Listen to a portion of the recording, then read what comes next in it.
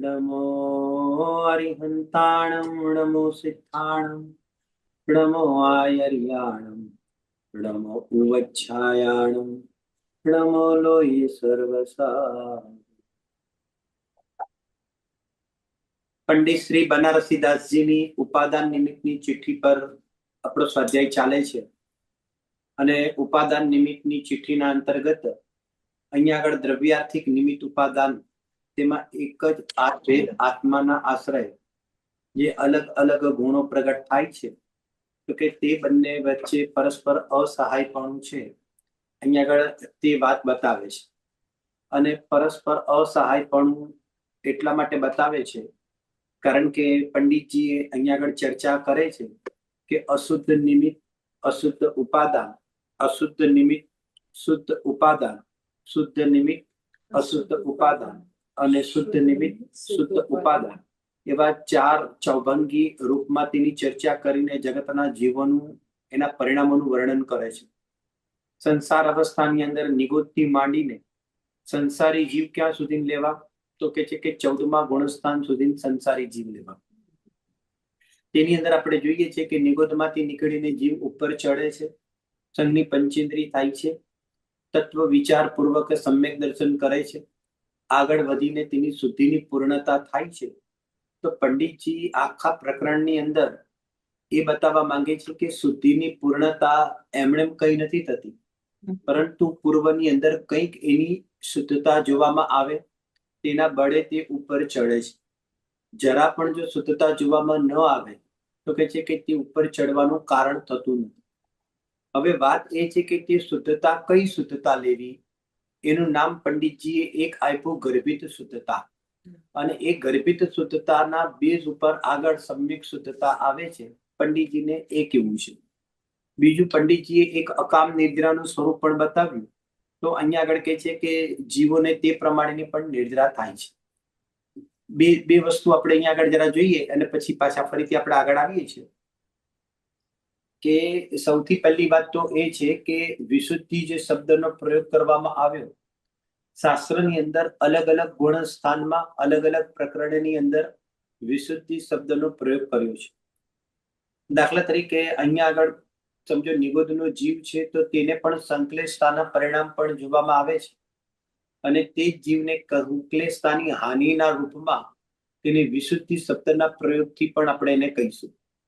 સંકલેશતાની હાનિ થઈ અને આ બાજુથી કહીએ તો તેને શું થઈ ગયું, કસાયની મંદતા થઈ. તે જ કસાયની મંદતાને પણ વિશુદ્ધિ શબ્દ બોલો તો કોઈ વાંધો નથી. ત્યારબાદ એવા જીવો ઉપર ચડીને પહેલા ગુણસ્થાન વર્તી જે મિથ્યા દ્રષ્ટિ છે તેવા જીવો માની લો કે સંઘની પંચેન્દ્રિય જીવો છે. તો સંઘની પંચેન્દ્રિય જીવને પણ સામાન્ય જે પરિણામોમાં દયા ભાવ ઇત્યાદિ વગેરેના જે પરિણામ જોવામાં આવે છે તો તેને પણ અહીંયા આગળ વિશુદ્ધિ શબ્દના પ્રયોગથી બતાવવામાં આવે. જેમ લૌકિકની અંદર સમજો ક્રોધના પરિણામ છે તો ક્રોધના પરિણામની સાથે ક્રોધની મંદતા થશે, કંઈક મંદ કસાય રૂપે તે પણ પ્રવર્તન કરશે તો તેને પણ અહીંયા આગળ વિશુદ્ધિ શબ્દના પ્રયોગથી બતાવવામાં આવશે. એ વિશુદ્ધિ અલગ પ્રકારની છે. એ તો મોક્ષ માર્ગની આગળ પાછળ પણ નથી, ઉપચાર પૂર્વચર વ્યવહારના રૂપમાં પણ નહીં આવે. હવે વાત એ છે કે જે બુદ્ધિપૂર્વક તત્વજ્ઞાનમાં જોડાય છે અને તત્વજ્ઞાનના લઈને તેના પરિણામોમાં જે કસાયની મંદતા જોવામાં આવે છે તો કે છે કે તે વિશુદ્ધિ અલગ પ્રકારની છે, ભલે મિથ્યા દ્રષ્ટિ છે, પરંતુ જો બીજા શબ્દોમાં કહીએ તો 5 લબ્ધિ પૂર્વક તેને સમ્યક દર્શનની પ્રાપ્તિ થાય છે. તો 5 લબ્ધિ પૂર્વક જેને સમ્યક દર્શનની પ્રાપ્તિ થાય તો તેની અંદર પણ આચાર્ય દેવે એક વિશુદ્ધિ લબ્ધિ બતાવી. હવે જરા થોડુંક ધ્યાન આપજો કે અહીંયા આગળ જે તત્વજ્ઞાન સંબંધી ધર્મ સંબંધી તેના પરિણામો તો લાગ્યા નથી, પણ સામાન્ય દયા ભાવરૂપ પરિણામો લાગ્યા છે તો તેને પણ વિશુદ્ધિ કહેવાશે, પણ તેની વિશુદ્ધિ લબ્ધિ નહીં કહેવાય. એ પણ મિથ્યા દ્રષ્ટિ છે અને આ પણ મિથ્યા દ્રષ્ટિ છે, પરંતુ આને વિશુદ્ધિ તો કહીશું શબ્દના પ્રયોગથી. પણ વિશુદ્ધિ લબ્ધિ કોને ઘટિત થશે? ધર્માનું રાગ પરિણામમાં વિશુદ્ધિ લબ્ધિ આવશે. કોઈ ભૂખ્યાને ભોજન આપવું તે વિશુદ્ધિ લબ્ધિમાં નહીં આવે, પણ ધર્માનું રાગના રૂપની અંદર તેને તત્વ જ્ઞાન કરવા માટે ઉદ્યમી થયો છે, આગળ વધ્યો છે, તે સ્વરૂપ કંઈક સમજવા માટે ઉદ્યમ થયો છે, તો તેવા જીવના પરિણામોની અંદર જે કસાયની મંદતા જોવામાં આવે છે, તો તેને અહીંયા આગળ વિશુદ્ધિ લબ્ધિના રૂપની અંદર જોવામાં આવે છે. બંનેમાં બહુ ફરક છે. ત્યારબાદ આગળ જઈને તે પ્રાયોગ લબ્ધિમાં આવશે, પ્રાયોગ લબ્ધિ પૂર્વક તે કરણ લબ્ધિમાં આવશે. તો કરણ લબ્ધિ કે જેના અંતર્મુહૂર્ત પછી તેને સમ્યક દર્શનની પ્રાપ્તિ થવાની છે, તેવા જીવને કરણ લબ્ધિની જે વિશુદ્ધિ છે તે અલગ પ્રકારની છે. જે વિશુદ્ધિ લબ્ધિ વખતે જે વિશુદ્ધિ કરી હતી અને અહીંયા કરણ લબ્ધિમાં એની જે વિશુદ્ધિ છે તે બંનેમાં પણ ઘણો ઘણો ફરક છે. કારણ કે જે વિશુદ્ધિ લબ્ધિમાં વિશુદ્ધિ કરી હતી તે તો હજી એને પગથિયું ચડ્યો હતો, હજી તે ઉપર ચડે છે, પરંતુ આ કરણ લબ્ધિ વાળો એવો છે કે તે એટલા પગથિયાં ચડી ગયો છે કે હવે એ પગ મૂકશે તો સીધો ઘરમાં જ એન્ટ્રી લેશે. એટલે બંનેની વિશુદ્ધિમાં આસમાન જમીનનો અંતર છે. પરંતુ એ જે વિશુદ્ધિ લબ્ધિ છે, જે આપણે આગળ હવે પ્રકરણ ટચ કરે છે ને પંડિતજી, તેને અહીંયા આગળ હું દાખલાના રૂપમાં આ વાત કરું છું કે તે વિશુદ્ધિ લબ્ધિના બેઝ ઉપર જ કરણ લબ્ધિ આવશે. કોઈ જીવ એમ કે તે બધી લબ્ધિઓ હોય નહીં, 5 લબ્ધિ સુધી તો કઈ ઠેકાણા ના હોય, 5 લબ્ધિમાં 4 લબ્ધિ સુધી તો ઠેકાણા ના હોય. કોઈ જીવ ડાયરેક્ટ કરણ લબ્ધિમાં આવી જાય તો કે એવું બનતું નથી. તો અહીંયા આગળ વિશુદ્ધિ લબ્ધિમાં પણ શું છે? વિશુદ્ધિ. એ વિશુદ્ધિ વૃદ્ધિગત થઈ અને વૃદ્ધિગત થઈને આગળ ક્યાં ગઈ? કરણ લબ્ધિમાં આવી. હજી સમ્યક દર્શન નથી, પણ સમ્યક દર્શનને સન્મુખ છે. તો ત્યાં આગળ પણ પરિણામોની અંદર જે એકાગ્રતા થાય છે આત્મા સંબંધી, વેદ વિજ્ઞાન પૂર્વક જે એકાગ્રતા થાય છે, ભલે વિકલ્પાત્મકની ભૂમિકા છે, પણ તેની અંદર જે જ્ઞાનમાં સ્વગેને પકડવાની તાકાત વધતી ગઈ, તો એ બુદ્ધિપૂર્વકનો જે ઉદ્યમ જે છે, તો તે બધું શું છે? તેને પણ વિશુદ્ધિ છે. અને એ જે વિશુદ્ધિ છે તે તેના અહીંયા સમ્યક દર્શનનું કારણ બને છે. હવે અહીંયા આગળ સમ્યક દર્શન થયું ને, તો હવે સાંભળજો, કરણ લબ્ધિ વખતે જે વિશુદ્ધિ હતી અને હવે અંતર્મુહૂર્તમાં પ્રથમોપસમ સમ્યક્ત્વની પ્રાપ્તિ થઈ, ઔપસમિક સમ્યક્ત્વની પ્રાપ્તિ થઈ, તો કે છે કે તે વિશુદ્ધિ અલગ પ્રકાર છે. કારણ કે કરણ લબ્ધિ વખતે પણ વિશુદ્ધિ હતી, પરંતુ તે વિશુદ્ધિના કાળમાં પણ હજી મિથ્યાત્વનો ઉદય પણ ચાલતો હતો અને મિથ્યાત્વનો તેને બંધ પણ હતો.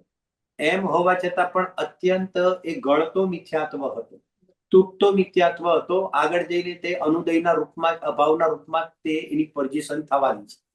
તો તે વાત આખી અલગ છે. અને ઔપસમિક સમ્યક્ત્વ વખતે તો તેને ખરેખર પ્રથમોપસમ સમ્યક્ત્વ શુદ્ધાત્માનું શ્રદ્ધાન કર્યું છે. અને એ જે વિશુદ્ધિ છે તે પૂર્વની જેટલી પણ વિશુદ્ધિ છે કે એની કોઈ કમ્પેરિઝન નથી. કારણ કે ત્યાં તો બિલકુલ પરિણતિમાં આત્મા વિશુદ્ધ થયો છે. તો કે છે કે તે પ્રથમોપસમ સમ્યક્ત્વ વખતની વિશુદ્ધિ એક વિશેષ છે. હવે આગળ ચલો, જરા હવે થોડો ઉપયોગ સૂક્ષ્મ કરતા જજો.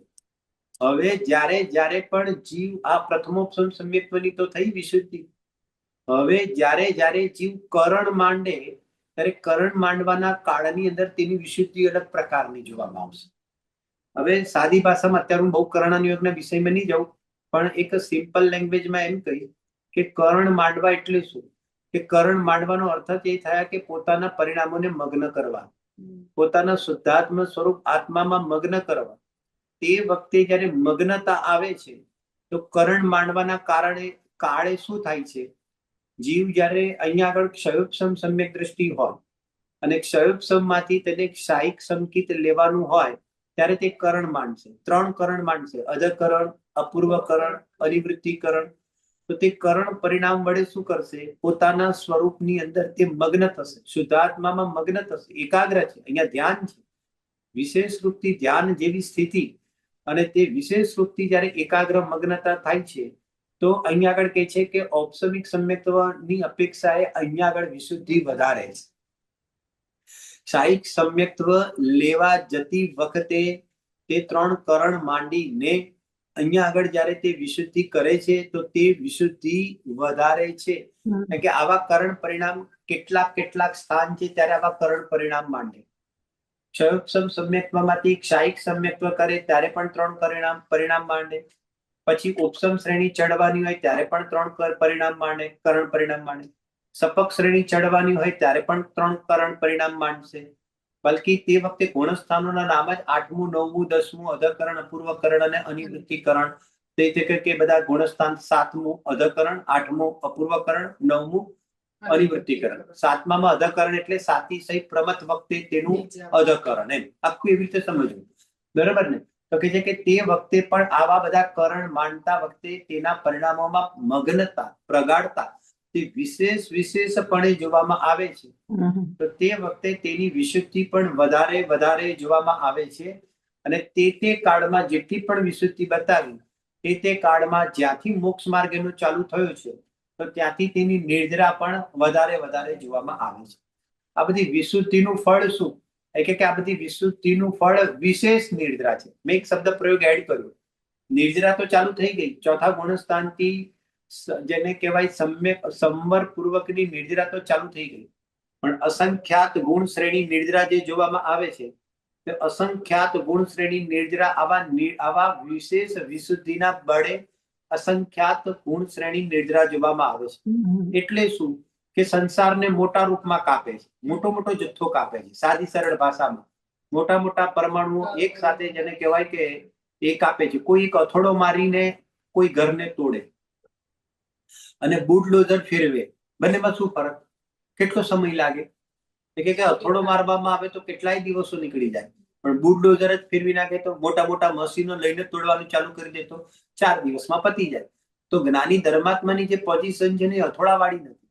અહીંયા આગળ કે છે કે પોઝિશન કેવી છે? તો કે છે કે ઉપરના ગુણસ્થાનમાં તો બુલડોઝર જ ફેરવે છે, થોડાક નીચે ઉતરો તો મોટા મશીનો લઈને તોડે છે, અને ઓર નીચે ઉતરો તો કે છે કે અથોડા વાગે છે. આવી રીતે કે છે કે ગુણસ્થાન પ્રમાણ જે મકાન તોડવાની જે પદ્ધતિ છે એની પાસે જે સાધન છે તે નાનો અથોડો, મોટો અથોડો, મોટા મશીન અને બુલડોઝર એવા જે ફરક પડી જાય છે સાધનોના, એવી રીતે જ્ઞાન ઉપયોગ તો એનું કામ કરે છે, પણ એ જ્ઞાન ઉપયોગ તો એક હોવા છતાં પણ જેમ પોઝિશનમાં આગળ વધતો જાય છે તેમ તેની પ્રગાઢતા વધતી જાય છે. નાસ્તિથી વાત કરવું હોય તો રાગાદિક ઘટતા જાય છે, અને ઓર વ્યવહારની ક્રિયાથી વાત કરીએ તો આગળ પરિણામમાં પણ વ્રતાદિની આગળ સમજો કે તપશ્ચર્યાદિ, તો કે છે કે આ બધું બહારમાં ફેરફાર જોવામાં આવે, અંતરંગની અંદર તેના પરિણામોમાં આવી વિશુદ્ધિ જોવામાં આવે. આ બધાનો સુમેળ છે. તો કે છે કે આવી રીતે અહીંયા આગળ કે છે કે વિશુદ્ધિ વધતા પછી 12મા ગુણસ્થાનમાં પહોંચે. તો 12મા ગુણસ્થાને તે હવે પૂર્ણ વિતરાગી થઈ ગયો, તો તેની વિશુદ્ધિ કેવી છે? અને 12મા ગુણસ્થાનમાં પૂર્ણ વિતરાગી વાળાની જે વિશુદ્ધિ છે એની અપેક્ષાએ 13મા ગુણસ્થાનના પહેલા સમયમાં શું છે? આ સમજાય છે વિશુદ્ધિના પ્રકાર. તો કે છે કે આવી રીતે વિશુદ્ધિ કેવી થઈ ગઈ? તો કે છે કે વિશુદ્ધિના આવા ભેદ પડે છે, બરાબર કે? અને એક જ લીટીમાં સમજવું હોય તો એક કસાઈની રેખા ખેંચો અને એ કસાઈની આખી પૂરેપૂરી રેખા ખેંચો છો, તેની અંદર શું કરો છો કે તેની અંદર એક પાર્ટ એવો થતો જાય છે કે તેની અંદર આ કસાઈનો રસ ઉતરતો જાય છે. સાથે કસાઈ તો છે, પણ તેનો કસાઈનો રસ ઉતરતો પણ જાય, બાકી રહેલી કસાઈના પણ રસ ઉતરતા જાય છે, પણ કઈક રસ છે વળી પાછા ઉતરતા જાય. જો તેને બીજા ઉદાહરણથી સમજો. વ્યવસ્થા શું છે મોક્ષ માર્ગમાં? અહીંયા આગળ પ્રગટ કરીને ઉપર ચડવાની વ્યવસ્થા કેવું છે તમે જુઓ. પાણી એકદમ ઉકળેલું છે, તમે ગેસ ઉપર સરખું ગરમ કર્યું છે. હવે ગેસ ઉપર સરખું ગરમ કર્યા પછી હવે શું થયું ખબર છે? કે ટપેલી તમે નીચે મૂકી દીધી. હવે તમે મને એમ કહો કે જે ટપેલી મૂકી દીધી નીચે અને ગેસ ઉપર પાણી તમારું ઉકળતું હતું અને તરત જ ટપેલી તમે મૂકીને તરત હાથ નાખો છો, મારો પ્રશ્ન એ છે કે બંનેમાં ફરક છે કે તરત બંને સરખું જ છે? ફરીથી બોલું છું કે એક તો ગેસ ચાલુ છે, પૂરેપૂરો ફૂલ ગેસ ચાલુ છે ને તે વખતે પાણી ઉકળી રહ્યું છે. હવે અહીંયા શું કર્યું કે ગેસ તમે પાણી ઉકળતા પાણી વખતે તમે અહીંયા ગેસ બંધ કરી દીધો. જેવો ગેસ બંધ કર્યો એવો તરત જ પાણીમાં હાથ નાખ્યો. તમે ડાકશો કે નહીં ડાકો? ડાકશો. મારો પ્રશ્ન છે કે ભલે તમે ડાજો છો, પણ એ ગેસ ચાલુ હતો અને પાણી ઉકળતું હતું અને તરત જ ગેસ બંધ કર્યો અને હવે એ થોડું ઉકળતું પણ દેખાય છે ને, હજી તો ચાલુ જ છે, અને હાથ નાખો છો, તો ભલે એ બંનેની ગરમીમાં ફરક છે કે નથી? કેટલો ફરક છે? ભલે શબ્દોના માધ્યમથી નથી કહી શકતા, એ આપણા ભલે સૂક્ષ્મ જ્ઞાનનો વિષય આપણો નથી બનતો, પણ આ બધો વિષય કેવી રીતે ખબર પડે? કરણાનુયુક્તિ, તેના કર્મના અનુભાગ, એ કેવી રીતે અનુભાગ કાંડક ઘાત કરે છે. એક શબ્દ પ્રયોગ આવે છે ગોમટ સાર ની બધાની લબ્ધિ સાર ની બધામાં કાંડકઘાત કરે, તો તે વખતે તે અનુભાગને જે કાપે છે તો એ જે સૂક્ષ્મ ત્યાં ફરક પડે છે. ભલે આપણે એ બંનેમાં ડિફરન્સ આપણે નથી પાડી શકતા, એમ હોવા છતાં પણ જે ફરક છે તે ફરક છે. બરાબર કે? હવે તમે મને એમ કહો કે 5 મિનિટ પછી પણ હાથ નાખશો તો પાણી કેવું લાગશે? ગરમ લાગશે. ગરમ લાગશે. મને એમ કહો કે એ ગરમ લાગશે, પણ શું એ 5 મિનિટ પહેલા જે ગરમ લાગતું હતું હવે એવું ગરમ લાગે છે? તો એમાંથી શું થયું કે ગરમાશ નીકળી ગઈ. ખબર પડી? ખબર? તમે સમજાય કે મને મતલબ? હવે ધીરે ધીરે ખબર પડી. પરંતુ પાણી એક જ છે. મારે અહીંયા એ બતાવવું છે. તમે ગર્ભિત, અત્યારે હું આ દાખલો આપી રહ્યો છું તે ગર્ભિત શુદ્ધતાનો આપી રહ્યો છું. બરાબર સમજજો કે પાણી તો તેનું તેજ છે. પાણી ગરમ પણ છે, એને ગરમ જ કહેવાશે. બરાબર ને? જેમ ગરમ પાણી વાપરવું હોય તો તેનો જ પ્રયોગ કરવામાં આવશે.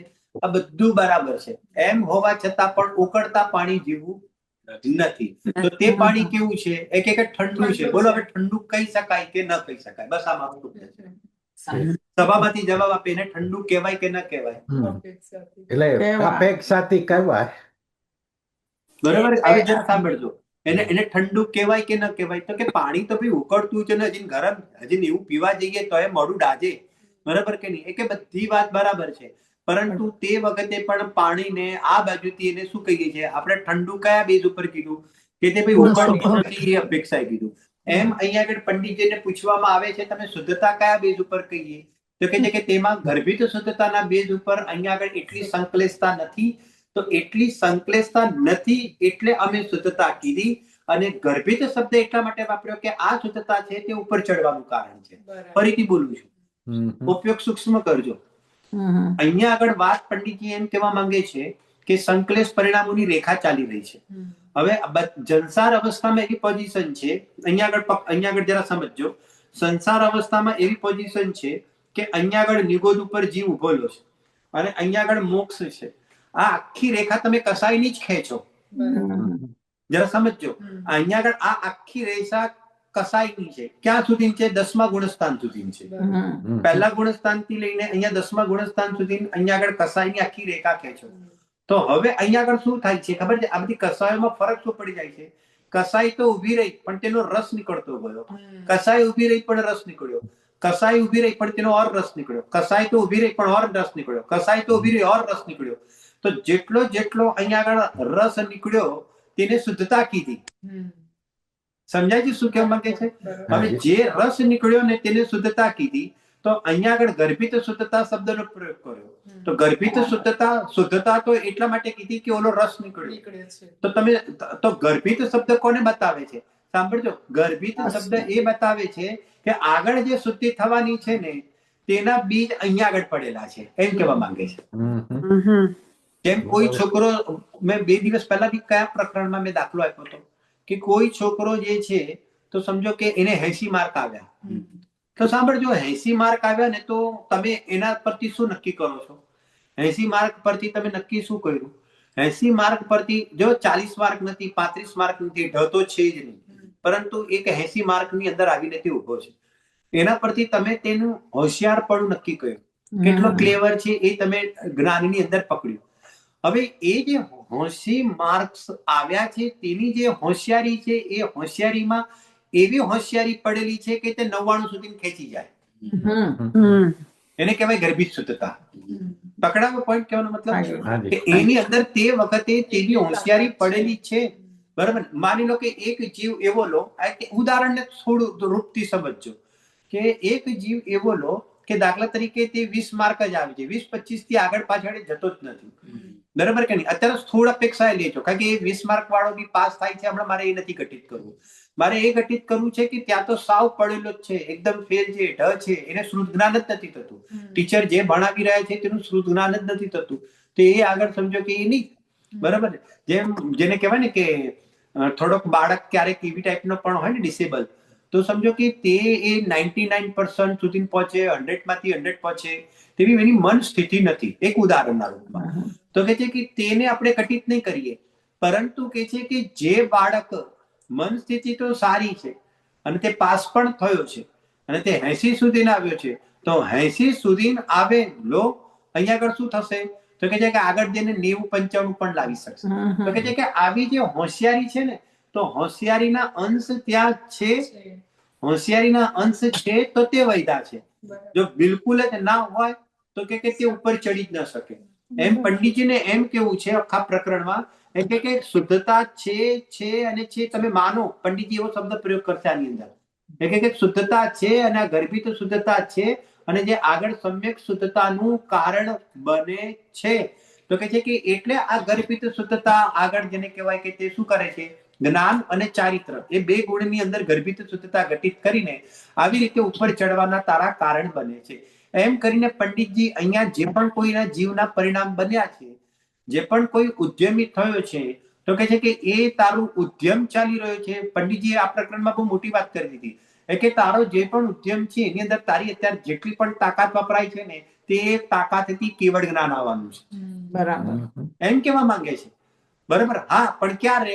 પછી અહીંયા આગળ ઓલું બી કહી દીધું, ગ્રંથિ ભેદ કરે ત્યારે. બરાબર ને? એ તો એનો નિયમ બનાવી દીધો. જરા ઉપયોગ સૂક્ષ્મ કરજો. ગ્રંથિ ભેદ કરે ત્યારે એવો શબ્દ પ્રયોગ કરીને નિયમ બનાવી દીધો કે એના વગર એ શુદ્ધતા કામમાં નહીં આવે. પણ ભલે હજી સમ્યક નથી થયું એમ હોવા છતાં પણ પૂર્વમાં જે વિશુદ્ધિ છે તે વિશુદ્ધિથી તને યથાખ્યાત ચારિત્ર આવશે, અને તે જ વિશુદ્ધિથી તને કેવળ જ્ઞાન થશે. પંડિતજી જ્ઞાન અને ચારિત્ર આ બે ગુણ લઈને એમ કે છે કે અત્યારે તારા જ્ઞાનના ઉગાડમાં જો ધારણા છે, કાલે મેં 2-4 ખુલાસા કર્યા હતા કે તત્વ જ્ઞાનની અંદર ધારણા જ્ઞાન છે ને, તે તમારી ઉપર જવાની વિશુદ્ધિનું કારણ નહીં બને. તમે ગમે તેટલી દુનિયાભરની ઇન્ફોર્મેશન ભેગી કરી નાખશો ને, જેમ પેન ડ્રાઈવમાં ભેગી કરીએ તેમ આપણે ધારણા જ્ઞાનમાં આમ લગાડીને ભેગી કરી દઈશું ને, આ કાન છે ને એ ત્યાંથી આમ ફટ કરતા તમારે બ્રેઇનમાં, બ્રેઇન એટલે ધારણા જ્ઞાન, તો કે છે કે ધારણા જ્ઞાનમાં ગમે તેટલી ઇન્ફોર્મેશન ભેગી કરો તે વિશુદ્ધિનું કારણ નહીં બને. પરંતુ અંદરમાં તે તત્વ સંબંધીનો જે હકાર છે, અને હકાર એમણે આજ્ઞાથી હકારની પરીક્ષા કરીને હકાર, આમ જળ ચેતનની 6 દ્રવ્ય 7 તત્વની જે પરીક્ષા કરીને તમારો જે અંદરમાં હકાર ભાવ આવ્યો છે ને, તત્વ સંબંધી આ જ વાત સાચી છે, આવો સત્ય માર્ગ આ પ્રમાણેનો હકાર આવ્યો છે ને, એ હકારના બેઝ ઉપર હવે તમારા પગ ઉપડે છે. તો એ હકારના બેઝ ઉપર ઉપડેલા પગમાં એવી વિશુદ્ધિ છે, તમે જ્યાં ઉભા છો ત્યાંથી તમારા એવા બીજારોપણ છે કે તમારા કેવળ જ્ઞાન અને આ યથાખ્યાત ચારિત્ર પ્રગટ થશે અને થશે. એટલે પંડિતજી એમ કે છે કે અહીંયા આગળ પણ તમે વિશુદ્ધિ માનો.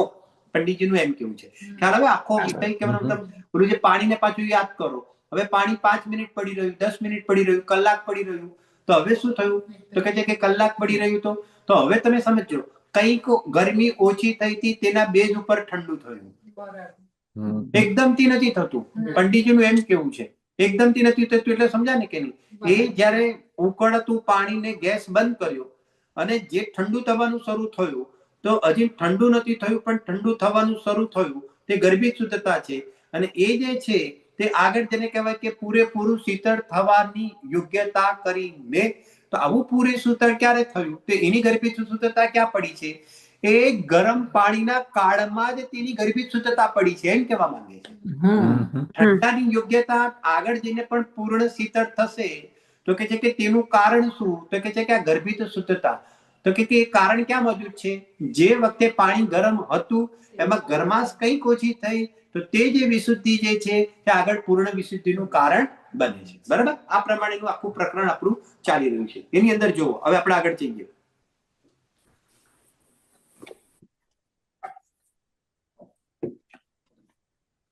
હા, આપણે અહીંયા આગળ જો અવસ્થામાં જે સમય તમારે વચ્ચેથી હશે એ પ્રમાણે અવસ્થામાં જે કહીએ છે, હા, ઉપરથી 2-3 લીટી વાંચ્યું છે. જો અહીંયા આગળ કહે છે કે પણ ગર્ભિત શુદ્ધ, જ્યારે વસ્તુનું સ્વરૂપ જાણે ત્યારે સમ્યક શુદ્ધતા છે, તેવી શુદ્ધતા ગ્રંથિ ભેદ વિના હોય નહીં, પરંતુ ગર્ભિત શુદ્ધતા પણ અકામ નિર્જરા છે. આપણે ચાલ્યો તો વિષય કાલે ગર્ભિત શુદ્ધતા પણ અકામ નિર્જરા છે. એમ કહીને શું કહેવા માંગે છે કે ત્યાં આગળ પાપની બહુલતા રૂપમાં નિર્જરા થાય છે. અલ્પ બહુલતા હું અલગ રીતે શબ્દ પ્રયોગ કરું છું, જો કે ઉપર નીચેના ગુણસ્થાનોમાં નિર્જરા અલ્પ છે. એ પણ સાંભળો.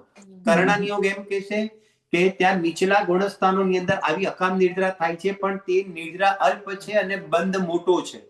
બરાબર ને? એમ હોવા છતાં પણ અહીંયા આગળ કે છે કે તું નિર્જરા માન. પંડિતજી એમ કે છે કે તું નિર્જરા માન, તારા કર્મો ખરે છે એવી રીતે તું સ્વીકાર કર. બરાબર ને? ભલે મોક્ષ માર્ગ તો પ્રગટ થશે અને એ જે સંસાર કાપવાનું થશે એ તો યથાર્થ નિદ્રા છે, અને તેની પૂર્વની ભૂમિકામાં પણ આ તારું આ કર્મ હળવું થાય છે. શ્રીમદજી કહે છે ને કે તારું કર્મ કેવું થાય છે, જેને કહેવાય એ કે હળવું થાય છે, લાઇટ થાય છે. એ કે એનો તું સ્વીકાર કર તત્વજ્ઞાનથી. એમ જો આગળ અહીંયા આગળ કે છે કે સમ્યક શુદ્ધતા નથી પણ ગર્ભિત શુદ્ધતા છે. જ્યારે વસ્તુનું સ્વરૂપ જાણે ત્યારે સમ્યક શુદ્ધતા છે તેવી શુદ્ધતા ગ્રંથિ ભેદ વિના હોય નહીં, પરંતુ ગર્ભિત શુદ્ધતા પણ અકામ નિદ્રા છે. વળી કોઈ સમયે તે જીવનો જ્ઞાન ગુણ અજાણ રૂપ છે, તે ગેલછા રૂપ હોય છે, તેથી કેવળ બંધ છે. અજાણ રૂપ છે, હવે ખબર જ નથી તત્વજ્ઞાન શું છે, અસંગની પંચેન્દ્રિય છે, બરાબર કે નહીં? તો એ બધાને તત્વજ્ઞાનનો પ્રશ્ન નથી હોતો, તો ત્યાં આગળ શું જોવામાં આવે છે? ત્યાં આગળ બંધ જ જોવામાં આવે છે, બરાબર? એ પ્રમાણે મિથ્યાત્વ અવસ્થામાં કોઈ સમયે ચારિત્ર ગુણ વિશુદ્ધ રૂપ હોય છે, એટલે શું લેવાનું? શુદ્ધ ઉપાદાન, બરાબર કે નહીં? અશુદ્ધ નિમિત્ત અને શુદ્ધ ઉપાદાન. ઉપાદાન શેમાં ઘટિત કર્યું? ચારિત્રમાં ઘટિત કર્યું. નિમિત્ત શેમાં ઘટિત કર્યું?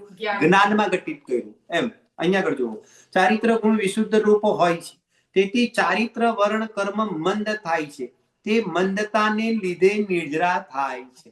આ મોક્ષ માર્ગ વાળી નિદ્રા નથી, પરંતુ મોક્ષ માર્ગ તરફ ધકેલે એવી નિદ્રા છે. ભલે અકામ નિદ્રા નામ આપ્યું છે. આ અકામ નિદ્રા એવી લેવી કે જે તત્વજ્ઞાનના બેઝ ઉપર એ આગળ વધી રહ્યો છે, તેવી અકામ નિદ્રા લેવી. સાંભળજો, કોઈ બીજો વ્યક્તિ પણ એવો પણ હોય કે જે હોસ્પિટલની અંદર સમજો કે ઘણો બીમાર પડ્યો છે, એમ હોવા છતાં પણ તે શાંતિ રાખે છે, સહન શક્તિ રાખે છે, તો તેની પણ અકામ નિદ્રા થાય છે. તો એ જીવને પણ કોઈ એવો દુર્ગતિનો બંધ નહીં થઈ જાય. જો આયુ બંધ થશે તો બની શકે કે તે દેવમાં પણ જતો રહે, એની કોઈ ના નથી, બરાબર ને? પરંતુ અહીંયા આગળ પંડિતજી એ વાતને ગૌણ કરે છે, એને બી અકામ નિદ્રા કહેવાય. જે કૂતરાના જીવો હોય, હવે જો બીજા જે જાનવર હોય, પશુ હોય, કેટલાક દિવસ સુધી એ લોકોને પણ ખાવાનું નથી મળતું. હવે તો કરે શું? તો કે શાંતિથી સહન કરે. શાંતિથી સહન કરે તો તે બધા કૂતરાઓ પણ બીજા પશુઓ પણ દેવ ગતિમાં ઉત્પન્ન થઈ જાય. આવી રીતે તે લોકો ઉત્પન્ન થઈ જાય. કઈ બેઝ ઉપર? કસાયની મંદતાના બેઝ ઉપર. અહીંયા આપણે એકલી કસાયની મંદતા ન લઈને અને સાથે સાથે આપણે તત્વજ્ઞાનથી રંગાયેલા જીવની અપેક્ષાએ વાત કરીએ, એની જે અકામ નિદ્રા થાય છે ને, તે હવે અહીંયા આગળ કહે છે કે સવિપાક નિદ્રામાં કન્વર્ટ થવાના પૂરા ચાન્સ એને છે, એમ કહેવા માંગે છે. સવિપાક નિદ્રા, સોરી હું શબ્દ બદલું છું, અવિપાક નિદ્રા તો બધાને થાય છે. નિગોદથી લઈને બધા જ જીવોને ઉપરના ગુણસ્થાનોમાં સવિપાક નિદ્રા બધાને થાય છે. અહીંયા અકામ નિદ્રા છે તે આગળ વિશેષ પુરુષાર્થે અવિપાક નિદ્રા થવાના પૂરેપૂરી યોગ્યતા જોવામાં આવે છે એવા જીવને, એમ કહેવા માંગે છે. જો આગળ, તેથી તે મંદતાને લીધે નિદ્રા થાય છે, તથા કોઈ સમયે ચારિત્ર ગુણ સંકલેશ હોય છે, તેથી કેવળ તીવ્ર બંધ થાય છે. એ પ્રમાણે મિથ્યાત્વ અવસ્થામાં જે સમયે જાણ રૂપ જ્ઞાન અને વિશુદ્ધતા રૂપ ચારિત્ર છે, એટલે કે શુદ્ધ નિમિત્ત અને શુદ્ધ ઉપાદાન છે, તે સમયે નિદ્રા છે, બરાબર કે નહીં? કે તમે આને સ્વીકાર કરો, એમ કહેવા માંગે છે. જે સમયે અજાણ રૂપ જ્ઞાન અને સંકલેશ રૂપ ચારિત્ર છે, એટલે અશુદ્ધ નિમિત્ત અને અશુદ્ધ ઉપાદાન છે, તે સમયે બંધ છે. તેમાં વિશેષ એટલું કે અલ્પ નિદ્રા અને ઘણો બંધ થાય છે. આમ કેમ શબ્દ પ્રયોગ લેવો પડ્યો?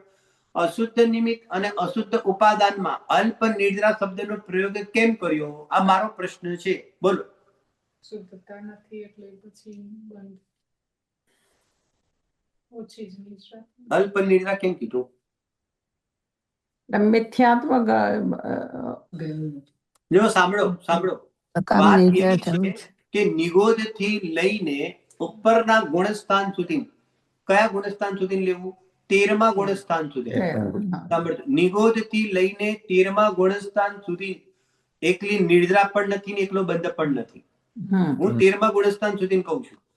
નિગોદના જીવને પણ ત્યાં આગળ એકલો બંધ નથી, પરંતુ ત્યાં આગળ નિદ્રા પણ છે. જે કર્મો બાંધ્યા છે તો તેની સ્થિતિ પૂરી થતા તેના ઉદય પણ જોવામાં આવે છે, બરાબર કે ત્યાં આગળ છે ને પોઝિશન, કર્મનો ઉદય તેને છે, એટલે શું છે? નિદ્રા થઈને કરે છે. અને ત્યાં આગળ બંધ પણ પ્રત્યેક સમયે છે, અને નિદ્રા પણ પ્રત્યેક સમયે જોવામાં આવે છે. તો આવી રીતે અહીંયા આગળ કે છે કે તે કન્ટિન્યુટીની ધારા એક બિલકુલ આગળ ચાલ્યા રહે છે. બંધ નિદ્રા સંસાર અવસ્થામાં 13 ગુણસ્થાન સુધી આવી રીતે બંધ અને નિદ્રા ચાલે છે. પણ ફરક શું પડી જશે કે મોક્ષ માર્ગ શરૂ થશે એટલે બંધ અલ્પ થતો જશે અને નિદ્રા વધતી જશે. આ ફરક પડશે. અને એ ક્યાં સુધી થશે? એ કે 13મા ગુણસ્થાન સુધી થશે. 14મા ગુણસ્થાનની શું પોઝિશન છે? ત્યાં બંધ નથી, કેવળ નિદ્રા છે. બરાબર કે નહીં? કારણ કે ત્યાં પ્રકૃતિ બંધ અને પ્રદેશ બંધ પણ નથી. હવે ત્યાં 14માં યોગનું કંપન નથી, તો ત્યાં આગળ હવે બંધ પણ નથી, બંધ પૂરેપૂરો સમાપ્ત થઈ ગયો છે. તો 14મા ગુણસ્થાને શું છે? કેવળ એકલી નિદ્રા છે. એટલે આવી રીતે અહીંયા આગળ પંડિતજી એમ કે છે કે જ્યાં આગળ અશુદ્ધ નિમિત્ત અને અશુદ્ધ ઉપાદાન હોય, એટલે કે જ્ઞાન અજાણ રૂપ હોય, ઉગાડ ઓછો હોય અને પરિણામોમાં સંકલેશતા હોય, ચારિત્રમાં સંકલેશતા હોય, તે વખતે પણ તેને બંધ અને નિદ્રા છે, પણ નિદ્રા અત્યંત અલ્પ છે અને બંધ ઘણો મોટો છે. આ અર્થ છે. બરાબર? ચલો આગળ. એવી રીતે અહીંયા આગળ કે છે કે એ રીતે અલ્પ નિદ્રાને ઘણો બંધ થાય છે.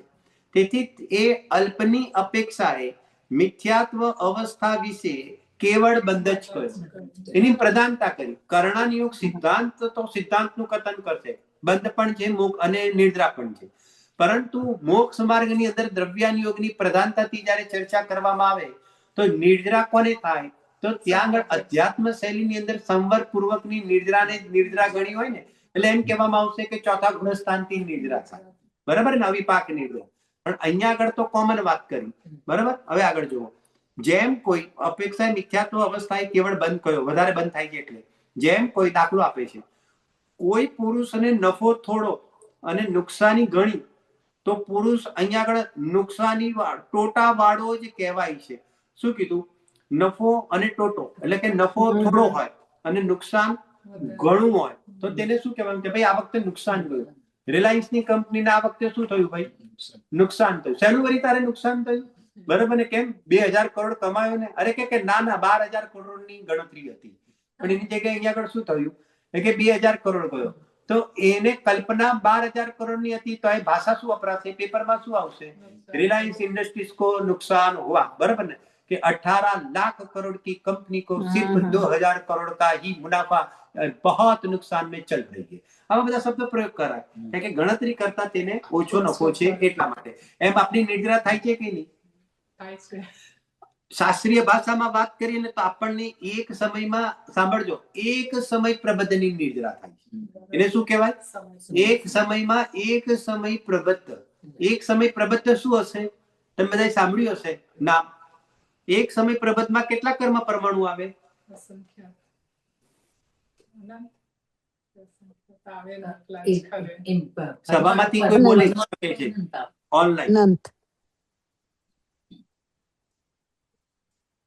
પરમાણુ. કોણ બોલ્યા? અનંત બોલ્યા. હા, એ અનંત તો પરમાણુ તો અનંત જ હોય ને. ઓછામાં ઓછા બી અનંત બંધાશે. યસ. જો સાંભળો, શિષ્ટ રાશિથી અનંતમાં ભાગે અને અભવ્ય રાશિથી અનંત ગુણા, એવી જે યથા યોગ્ય અનંતની સંખ્યા છે તે એક સમય પ્રબદ્ધની અંદર આપણા કર્મો અહીંયા આગળ જેને કહેવાય કે એ ખરે છે. બરાબર ને? એક સમય પ્રબદ્ધ. હવે ગજબની વાત તો એ છે કે જ્ઞાની ધર્માત્મા થયા પછી શું થશે? એને પ્રત્યેક સમયે અસંખ્યાત સમય પ્રબદ્ધની નિદ્રા થાય. એટલે અનંત ગુણ્યા અસંખ્યાત કરો, એનો સંસાર કેવો ફટફટ કપાય છે. ખ્યાલ આવે છે કહેવાનો મતલબ? અને એમાંય તમને જે વિશુદ્ધિના સ્થાન બતાવ્યા ને, તો એ બધાને ગુણાકાર પાછા અસંખ્યાતથી માનતા જાઓ. ઔપસમિક સમ્યક્ત્વના કાળમાં જે નિદ્રા થાય છે એની અપેક્ષાએ ઉપરના ગુણસ્થાનોમાં વધારે થાય છે. એની અપેક્ષાએ પણ જ્યારે કરણ માંડે ને ત્યારે વધારે થાય છે. એની અપેક્ષાએ ઉપસમ શ્રેણી ચડે ત્યારે વધારે થાય છે. એની અપેક્ષાએ સપક શ્રેણી માંડે ત્યારે વધારે થાય. એના કરતા 12મા ગુણસ્થાને વધારે થાય. એના કરતા 13મા ગુણસ્થાને જ્યારે સમુદ્ઘાત કરે ત્યારે વધારે થાય. તો આવી રીતે તેના ક્રમના બેઝ, એનો બેઝ શું? એક વિશુદ્ધિ, પ્રગાઢતા. એને શું કહ્યું? આ ભાઈએ કર્યું શું? કર્મની સામે જોયું. એ ભાઈએ કર્યું શું? કે બસ આત્માની સામે જોઈને ત્યાં જોતો રહ્યો. વાળાએ પણ આત્માને જોયો હતો, ઉપરના ગુણસ્થાનોમાં પણ આત્માને જોયો. પણ તમે એક જ વિષયની અંદર જોતા રહો તો તેને લઈને શું થાય છે કે નિદ્રા પણ અહીંયા આગળ શું થાય કે તે જેને કહેવાય કે વિશેષ કરી જાય. બહુ સુંદર ઉપાય બતાવ્યો. કેટલો સરળ છે. સિદ્ધ દશા લેવી ખરેખર સરળ છે. કઈ આડું અવડું નથી કરવાનું, કઈ આગુ પાછું જોવાનું નથી. પોતાને પોતાની રીતે જોતો રહે અને ઠરતો જાય, ઠરતો જાય, ઠરતો જાય. એટલે અહીંયા આગળ શું થઈ ગયું? બરાબર ને? બરફ જેવો જામી જાય. બરાબર? જો આગળ હવે અહીંયા દ્રષ્ટાંત. હવે જો દ્રષ્ટાંત બહુ સુંદર આપ્યું છે. જો વિશુદ્ધતા વડે નિર્જરા ન થતી હોય, પંડિતજી કહે છે, જો આવી કસાયની મંદતા વડે નિર્જરા ન થતી હોય તો એક ઇન્દ્રિય જીવ નિગોદ અવસ્થાની વ્યવહાર રાશિમાં કોના બળે આવે છે? એક ઇન્દ્રિયમાંથી જે બહાર આવે ને નિગોદમાંથી, બરાબર કે નહીં, જેને કહેવાય તો કે છે કે વ્યવહાર રાશિ. જો વ્યવહાર રાશિ એટલે શું ખબર છે? નિગોદમાંથી બહાર નીકળવું તેને વ્યવહાર રાશિ કહેવાય. એટલે એક ઇન્દ્રિયમાં આવે તો પણ અહીંયા આગળ એને વ્યવહાર રાશિ કહેવાય. તો કે કોના બળે આવે? ત્યાં તો જ્ઞાન ગુણ અજાણ રૂપ છે. એનું જ્ઞાન કેટલું છે? ગેલછા રૂપ. એનું જ્ઞાન ગેલછા રૂપ નહીં, એનું જ્ઞાન તો અજાણ રૂપ છે. એટલે એને કઈ ખબર જ નથી પડતી. મન નથી ને, તો એની પાસે તો કોઈ જ્ઞાન નથી. અશુદ્ધ નિમિત્ત છે, બરાબર કે નહીં? એમ હોવા છતાં પણ અહીંયા આગળ કહે છે કે કોના બળે આવે? ત્યાં તો જ્ઞાન આવું ગેલછા રૂપ બુદ્ધ રૂપ છે. તેથી જ્ઞાન ગુણના બળથી નહીં પણ વિશુદ્ધ રૂપ ચારિત્રના બળથી જીવ વ્યવહાર રાશિમાં ચડે છે, બરાબર. હવે ત્યાં આગળ ચારિત્રના બળતીનો અર્થ શું સમજવો? કોઈ ચારિત્ર થોડું ધારણ કર્યું છે અહીંયા આગળ, પરંતુ તેને શું કર્યું? કસાયની મંદતા છે તેને ચારિત્રના બળથી કહેવામાં આવે છે. એ સ્વયં. હવે બોલો કોને કર્યું? જ્ઞાનમાં વિષય ના બને. જો શું કહેવા માંગે છે પંડિતજી ખબર છે? જો સાંભળજો ફરીથી. આપણા પરિણામ વિશુદ્ધ ક્યારે થાય?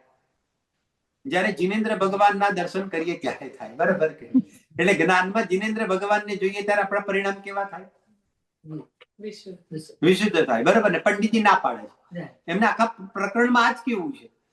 ઓલું ચરણાનુયોગ છે. જીનેન્દ્ર ભગવાનના દર્શન કરવાથી પરિણામ વિશુદ્ધ થાય, શિબિરોમાં આવવાથી પરિણામ વિશુદ્ધ થાય, યાત્રા કરવાથી પરિણામ વિશુદ્ધ થાય. આ ચરણાનુયોગનું કથન છે. ત્યાં આગળ નિમિત્ત નૈમિત્તિક દશાનું જ્ઞાન કરાવું છે. કારણ અહીંયા આગળ દ્રવ્યાનુયોગ બતાવે છે. દ્રવ્યાનુયોગ કે છે કે એમ નથી. કેમ? કે જ્ઞાન ગુણ અલગ છે, ચારિત્ર ગુણ અલગ છે. જ્ઞાન ગુણમાં તો ખબર જ નથી કે આ જીનેન્દ્ર છે, બરાબર કે નહીં? જેને કહેવાય એવું કઈ ખ્યાલ નથી. એમ હોવા છતાં પણ કસાયની અંદર અરે આ સમજો, મારે આવા પરિણામ કરવા જોઈએ એવી બુદ્ધિ નથી, પણ ઓટોમેટિકલી સ્વયં કેવા થઈ જાય છે? બસ મંદતા રૂપે એ પરિણામ પરિણમી જાય છે. તો તેને અહીંયા વિશુદ્ધિ કહેવામાં આવે છે. બધું ઓટોમેટિક થાય છે. પછી આપણે કરવાનું શું રહ્યું? આપણે શું કરવાનું રહ્યું? આપણે ચરણાનુયોગ અનુસાર પણ તેનો ઉપદેશ બી સાંભળવો અને બુદ્ધિપૂર્વક ઉદ્યમ કરવો. કારણ કે ઉપદેશની શૈલી આ બનશે અને સિદ્ધાંતની શૈલી એ બનશે કે ગમે તેટલા સમસરણમાં ઉભા રહો, પરંતુ જો મોક્ષ નહીં જવાનો હોય તો નહીં જોવે. જો એવી રીતે પરિણામ બનતા હોય તો સમસરણમાં લાખો જીવો બીજા બી છે. દેવો તો અસંખ્ય, પાર ના આવે એટલા દેવો આવી જાય, આવ જાવ કરે. અને અહીંયા બીજા બધા પણ અહીંયા આગળ શીખે છે કે જીવો બધા લાઈનસર કોઠામાં 12 કોઠામાં બેસેલા છે. બધાને કેવળ જ્ઞાન જ થવું જોઈએ ને. કેવડીની સામે કેવળ જ્ઞાન જ થવું જોઈએ. પોઈન્ટ સમજાય છે કેમ નતા? જો શાહિક સંકિત કેવલી શ્રુત કેવલીના પાદ મૂળમાં થાય, બધાને થઈ જવું જોઈએ, બરાબર કે નહીં? પણ એવું નથી. નિમિત્ત નૈમિત્તિક સંબંધ છે. જ્યારે થાય ત્યારે તેના ઉપર આરોપ આપવામાં આવે છે.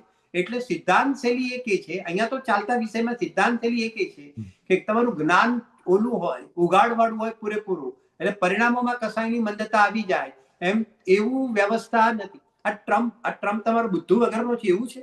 બુદ્ધિ વગરનો છે એવું છે? દુનિયાભરનું જ્ઞાન છે ને.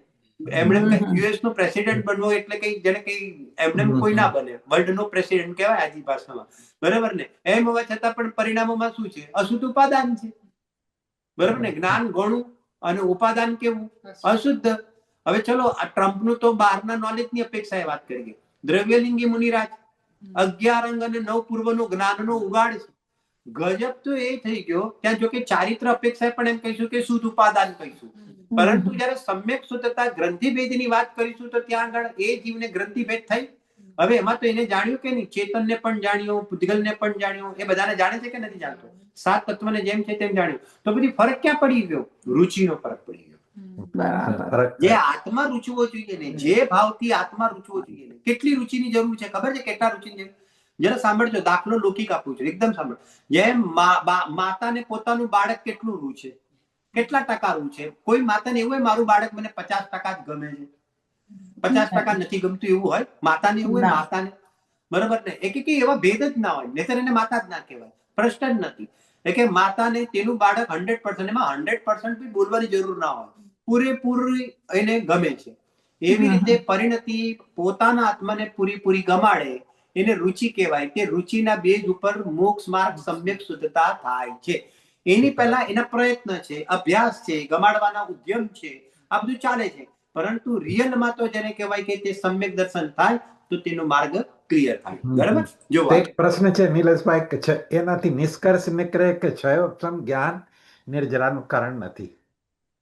ક્ષયોક્ષમ જ્ઞાન નિર્જરાનું કારણ નથી. ક્ષયોક્ષમ જ્ઞાન નિર્જરાનું કારણ ઉપચારથી કહેવાય. ઉપચારથી કહેવાય. બરાબર. એનું કારણ શું છે કે હકીકતની અંદર ક્ષયોક્ષમ જ્ઞાન નિર્જરાનું કારણ કેમ ઉપચારથી કહેવાય? કે ક્ષયોક્ષમ તો છે ને. જો તમને એક બીજું કહું, ચોથા ગુણસ્થાને પણ જ્ઞાનનો ક્ષયોક્ષમ છે. હું તો મોક્ષ માર્ગમાં બતાવું તમને. ચોથા ગુણસ્થાનને પણ જ્ઞાનનો ક્ષયોક્ષમ છે. છઠ્ઠા સાતમા ગુણસ્થાન વર્તી મુનિરાજને પણ ક્ષયોક્ષમ જ્ઞાન. એવું બને કે ચોથા ગુણસ્થાન વાળાને વધારે જ્ઞાન છે. છઠ્ઠા સાતમા ગુણસ્થાને આ બધું જે તત્વજ્ઞાન પૂર્વક જે બીજું બધું જે જ્ઞાન છે જીનાગમનું, તો કે છે કે ઘણું અલ્પ છે. એમ હોવા છતાં પણ ચોથા વાળાની નિર્જરા ઓછી છે અને છઠ્ઠા સાતમા ગુણસ્થાન વાળાની વધારે છે. જ્ઞાન તો બંનેનો ક્ષયોક્ષમ છે. પોઈન્ટ પકડાય છે શું કહેવા માંગે છે? પકડાય છે. તો બીજો પ્રશ્ન એ રીતે છે કે સ્વધર્મ ઇન્દ્ર છે. ચોથા ગુણસ્થાનમાં સ્વધર્મ ઇન્દ્ર છે. તો કે છે કે તેને પણ દ્વાદશાંગનો પાઠી કહેવાય. દ્વાદશાંગનો પાઠી જ્ઞાનનું જ્ઞાન બોલીએ આપણે. બંનેમાં ફરક છે થોડો. તો દ્વાદશાંગનો જેને કહેવાય કે જ્ઞાન, એને પણ જોવામાં આવે. બરાબર કે નહીં? હવે તમે મને એમ કહો કે એક એ છે અને એક મુનિરાજ છે, જેને કહેવાય આપણે શિવભૂતિ જ લઈ લો. બરાબર કે નહીં? તો કે છે કે શિવભૂતિને અત્યંત અલ્પ જ્ઞાન છે. પરંતુ તમે મને એમ કહો સ્વધર્મ ઇન્દ્ર તેની નિર્જરા વધારે થાય કે ઓલા શિવભૂતિ મુનિરાજની નિર્જરા? જ્ઞાન તો બંનેના ક્ષયોક્ષમ છે. એટલા માટે ખરેખર મોક્ષ માર્ગમાં જ્ઞાનની ક્ષયોક્ષમ જ્ઞાનની પ્રધાનતા નથી. મોક્ષ માર્ગમાં વિશુદ્ધિની પ્રધાનતા છે. તમારી શ્રદ્ધા અને ચારિત્ર, તે બંને ગુણોની તારતમ્યતા, તેને ગુણસ્થાન કીધું. જ્ઞાનમાં વધારો થાય એટલે તમારું ગુણસ્થાન ઉપર વધશે એમ બિલકુલ નથી. તમે ગમે તેટલા ગ્રંથો વાંચી નાખો અત્યારે પૃથ્વી ઉપર જેટલા પણ છે, બધા વંચાઈ જાય એટલે તમારું અહીંયા આગળ ગુણસ્થાન વધે એમ 3 કાળમાં બનવાનું નથી. કારણ કે તે ઉપર ચડવાનું કારણ જ નથી. વિશુદ્ધિનું નિમિત્ત કારણ કહી શકાય.